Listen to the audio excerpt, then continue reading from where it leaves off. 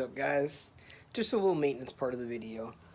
So, for a little while, my valve cover's been leaking, kind of since the start. Haven't been too bad. Main reason why is because I had to take my valve covers on and off a couple times with the gaskets on, and that messed up the gaskets, I feel like. It didn't give it a good seal, and I've just been kind of pushing it off, being lazy. So today we are putting new valve cover gaskets on the truck, and we're checking on the health of the engine as well, checking in the cylinder head, making sure all our push rods and everything are still straight. So we're gonna take a look in there real quick and see what we see. All right, so here we go. We got our factory stand rocker arms, and everything looks really good, to be honest. Nothing is super loose. Push rods that are on the base circle have a little spin. So if I had to guess, we look really good over here on this side. That's not the other side. I'll have to peel this valve. There we go. This gasket up. Well, it looks like it sealed to the head very nicely, but it did not seal to the valve cover nicely. So we're going to peel this valve cover gasket off and put the new ones on. And then we're also going to be putting new spark plugs in today too. So we're going to be doing that too. Hopefully we'll be able to fix this oil spilling onto the intake manifold, making it all dirty. But, so that's what we're doing, and we'll record as we go. Alright, so we got driver's side done. It was an issue. It did not want to go back together. We threw spark plugs in this driver's side now, and we are, honestly, I don't know if you can see that. Plugs, they don't look bad. There we go. So, not bad. A little dirty. Gap's a little big, but not bad. Not lean. Timing's pretty conservative. So, we're good, but we're going to throw these new plugs in and see how it does. What's up, guys? So, worked on the truck last night. Hope you can hear me. There's a lot of wind noise, and I'm actually driving. Worked on the truck last night. Got the new plugs. Gapped them different. Got the valve cover gaskets good to go. Truck's running good. It was a little lean now with the new plugs and the different gap. So I upped the jets, one in the front, two in the back. So there's 75s up front, 85s in the back. Currently still a little lean, but running good. Actually on my way out to Daytona right now to actually put this truck on the dyno and see what it makes. We're going to have to do a little car meet dyno thing. So $40 to put it on the rollers of Pitbull Performance in Daytona, Florida. So we're going to do that. Block the sun a little bit, but that's where we're on our way. So yeah. Alright guys, we are out here. We've been out here for a little bit. We are 2 away from the dyno. It's really cold, which is going to be good for power, but I'm freezing my butt off. But hey, we're here. Pitbull Performance, dyno's over there. Friends are here too, so we're gonna see how it goes on the dyno. But yeah, I'm excited. Truck's nice and cooled off, 134 degrees. Let's see what happens. Ready to start? Yeah. I'm down.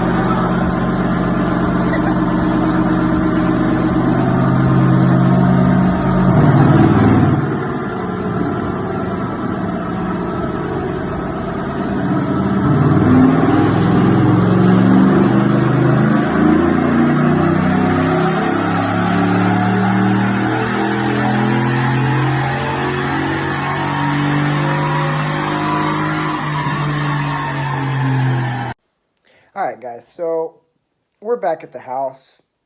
Great night all around. The truck went on the dyno, leaked a little bit of oil. It made 2 clean pulls.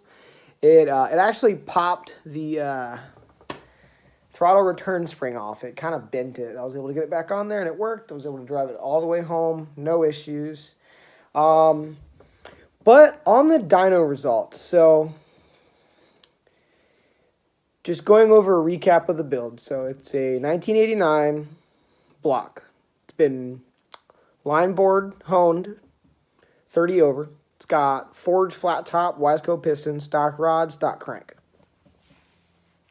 That has been fully balanced.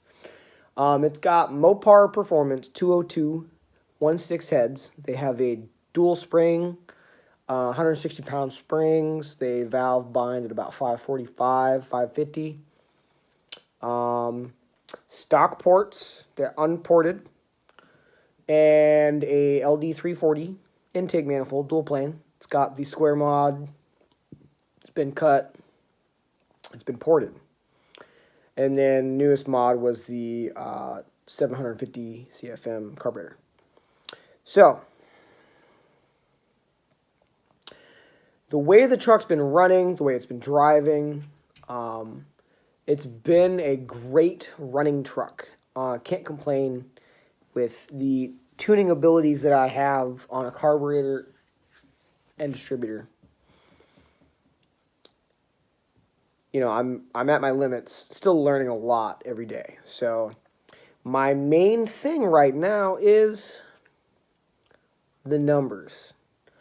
Though I wouldn't say I'm upset, I'm slightly surprised that it didn't make the numbers I thought it was going to make. So I'll put it on the video, but it made 282 horsepower and 352 foot-pounds of torque to the tires.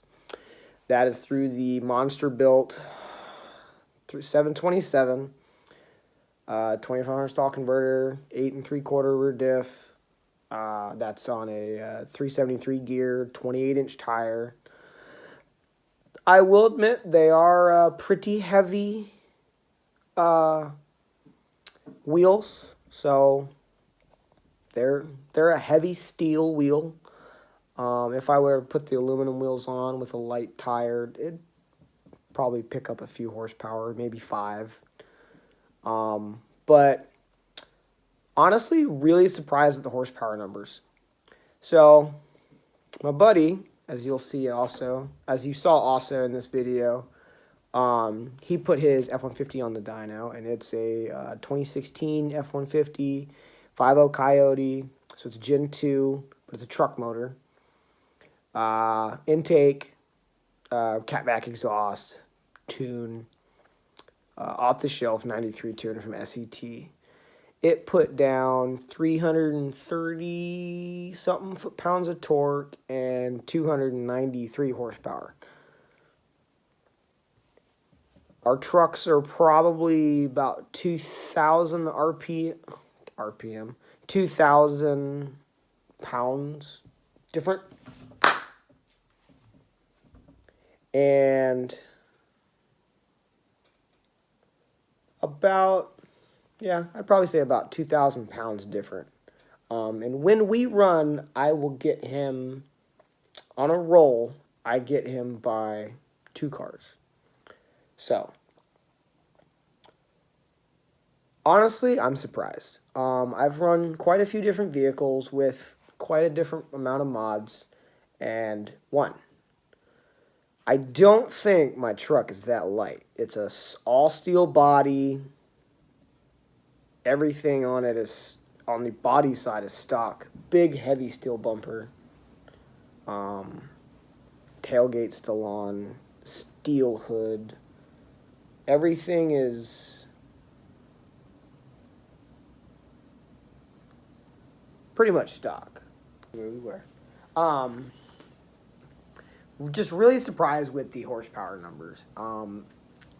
I find it hard to believe that 280 horsepower can run mid-13 at almost 100 miles an hour, especially being the weight of the truck and the really bad aerodynamics of the truck. So currently, the truck needs fine tuning.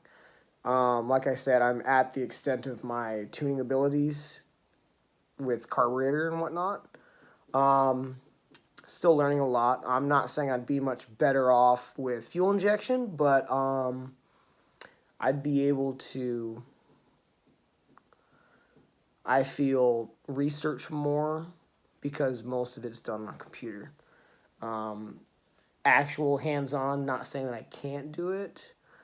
It's just wanting to make sure that it's correct. Not wanting to just say, yeah, it's fine, and then me hurting the engine. The last thing I've done to the truck is I just put a new set of plugs in it. I changed the gap, and I changed the brand plug. So I was running regular Champion coppers, gapped at 37 thousandths. And when I put the 750 on, I was running a tad rich, and I had 74s in the front in the primaries, and I had 83s in the secondaries of the carburetor. So switching to the NGKs, I've got NGKs, there's regular plugs. They are gapped at 32 thousandths now, and the moment I put them in the truck, I noticed a difference in air-fuel ratios. So the moment I changed the plugs, it went way lean, wide open, and noticeably leaner at idle. I would normally idle 11, 12 to 1, and now I idle 13, 13 and a half, almost 14. And under wide open throttle, it was noticeably leaner. Used to be 12 to 13 to 1, and now it went to 15 to 16 to 1. So noticeably leaner by a lot. So made the jet change today before I went to the track, or before I went to the dyno, and it did, or I stepped up 1 in the front and 2 in the back. So I went to 75s on the primaries and 85s on the secondaries. It cleaned up the air-fuel ratio pretty decent, but I did notice it being irregular. So initial throttle goes lean, 14.7, 15.0 almost, and we'll go as rich as 12 to 1. So trying to figure out the fine-tuning of carburetor and being into such newer vehicles it's been a challenge. People say they're simple, but you also have to, you have to know them, you have to learn them well, and you have to know how to read the carburetor, basically, on how it's acting, what it's doing. So I know there's power left there. I could do a different plug. I could do different. This was with the air cleaner on as well. I could corner jet it, which it's on a dual plane, so it's probably better. It does have a carb spacer on it, so it should help my air-fuel ratios a little bit, cylinder to cylinder. But also wondering, which this wouldn't have been an issue, or this would be an issue before as well, is I'm leaving power on the table because my heads, like I said, are unported. So curious to know how 280 horsepower can run 13s in the quarter mile in a box, in a brick. Something with the aerodynamics of, this is more aerodynamic than my truck. So trying to figure out how a brick with quite a healthy 360 is not making more horsepower than that. I also know that 727s are power robbers. And I know dyno numbers aren't everything. And even different dynos are different. This one was a dyno jet. You know, dyno numbers aren't everything. The way the truck performs is really the kicker. And I don't know if my truck is any faster on the 750. So, still learning a lot. It feels better, but still not dialed in. And I also would like to change the timing on the truck as well. I just need to learn how to do that. I have to get a new timing light because mine melted working on a truck with a friend, and it got a little toasty. So, still learning a lot. But all in all, I'm happy with the truck. I was able to drive it all the way out there, do the 2 runs on the dyno, drive all the way back, and the only issue I had is it pushed oil out of the valve cover gasket, and it popped the throttle return spring off. All in all, not a bad day. Great day with friends. All in all, great day. I'm going to throw in some extra runs of some other people that went. I was really happy for some other people. My buddy James put the hoopty, the bagged 300 on the dyno, and it did almost 400 horsepower, and it did 412 foot-pounds of torque to the tires, and it is an 06 with 116,000 miles on it, and it has simple cold air intake, tune, and exhaust. So, not bad for the old hoopty. Would like to see some more mods come from that later. We're also finishing up his Challenger, which I'd like to show on the channel once it's done. But I'm going to throw in a couple runs of my other people that were there. My buddy Josh with his 2020 Scat Pack put down a whopping 446 horsepower and 456 foot-pounds of torque. And the only thing it has done to it is a Hellcat airbox, Cannon drop-in filter, and a mid-muffler delete. No tune whatsoever. It's got 3,000 miles on it. Engine is running good. So, I'm going to leave it off for this part of the video right there. Hopefully I didn't bore you guys. But tomorrow we're going to be working on my buddy's new truck that I'm going to show you guys. It's going to be a great build. It's going to be a great competition for the dig rig. And it's going to be a good one. So, hopefully I can find my loss of power and get it back, and hopefully more with the 750, still dialing it in. But those are my comments on the dyno videos. But I will say, it did sound amazing. The best 280 horsepower I've ever heard.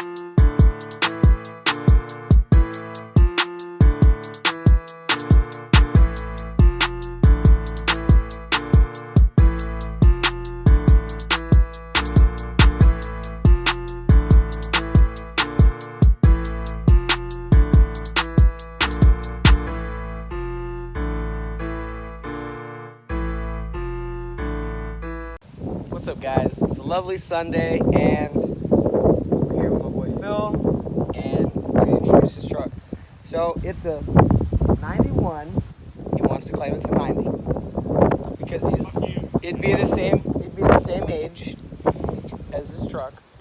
But it is a 1991, 1990 F-150. It's a XL, extra long. Just kidding. It's actually 2-door, short bed, 2-wheel drive. It is currently sporting a nasty 300 cubic inch straight 6 and a T5 trans and an 8.8 rear. The truck running and driving, picked it up for $2,400. No rust. No rust at all. Interior is actually pretty mint. Already been working on it a little bit here and there. He's done new shifter bushings because the shifter bushings were gone. He's done vacuum lines just to... First gear dash, buddy. First gear into the dash. You got to change the radio while you're shifting into first gear. Vacuum hoses and whatnot, just to keep the 3.9 running good for right now. Yeah, it's just running and driving it right now. And we're doing suspension stuff to it today. And then down the road, here in a few months or so, that will be getting built for it. This is a triple X block. What is that, 86 and up? It's an 87-302. 87-302. It's already bored 30 over. It does need to go to the machine shop again and have a good hone done on it. It just has a really, not a very good hone job on it, because you can see that cylinder right there is not pretty. It may need to get bored 40 over, who knows. We got a set of Ford Performance cylinder heads, and that is all we have. There's no crank, no rods, no pistons. We got lifters. We do have lifters. Not that we're going to use them, but we got lifters, and that's about it. So it needs full rotating assembly, cam, rocker arms. It needs basically everything to make it a long walk. It needs the works, but that'll be for another day. We're going to be throwing these wheels on it, as you saw with the little video that we did. It had Ram 20-inch wheels on it, and it was actually lifted. It had spring pucks in the front and a helper spring in the back. Your foot there, buddy. Yeah, they're there. And we said, why did you lift a two-wheel drive? The guy, I don't know. The guy was weird. So we're going to be throwing on new brakes all the way around because they were really bad and really sketchy. And then we'll be throwing some 15 Krager soft 8s with some thicky 295s. Look at that. It's been all day. It's like 3 o'clock. But she is sitting on all four. Oh, well, 3. She's sitting on all 3. We're about to put this wheel back on, and you're about to see the new stance of the F1 Smoke'ems, which is its nickname right now. We don't have a name for it yet, but it'll get one. No name. It'll get one. I mean, look at how dirty we are. He looks like he's got a black eye. Right. Dirty, but we gotta wait till the 347 gets in, and then it'll tell us. Feel it, and then we can figure out a Then name. it'll tell We us. can tell if it's a guy or a girl. Exactly. If it's a guy, he's gonna be an asshole. Girl, she's gonna be a snappy bitch. So, what we're gonna do is we're gonna put the wheels back on. We're gonna go for a test drive. We're gonna clean this thing up because it's dirty. But here we go.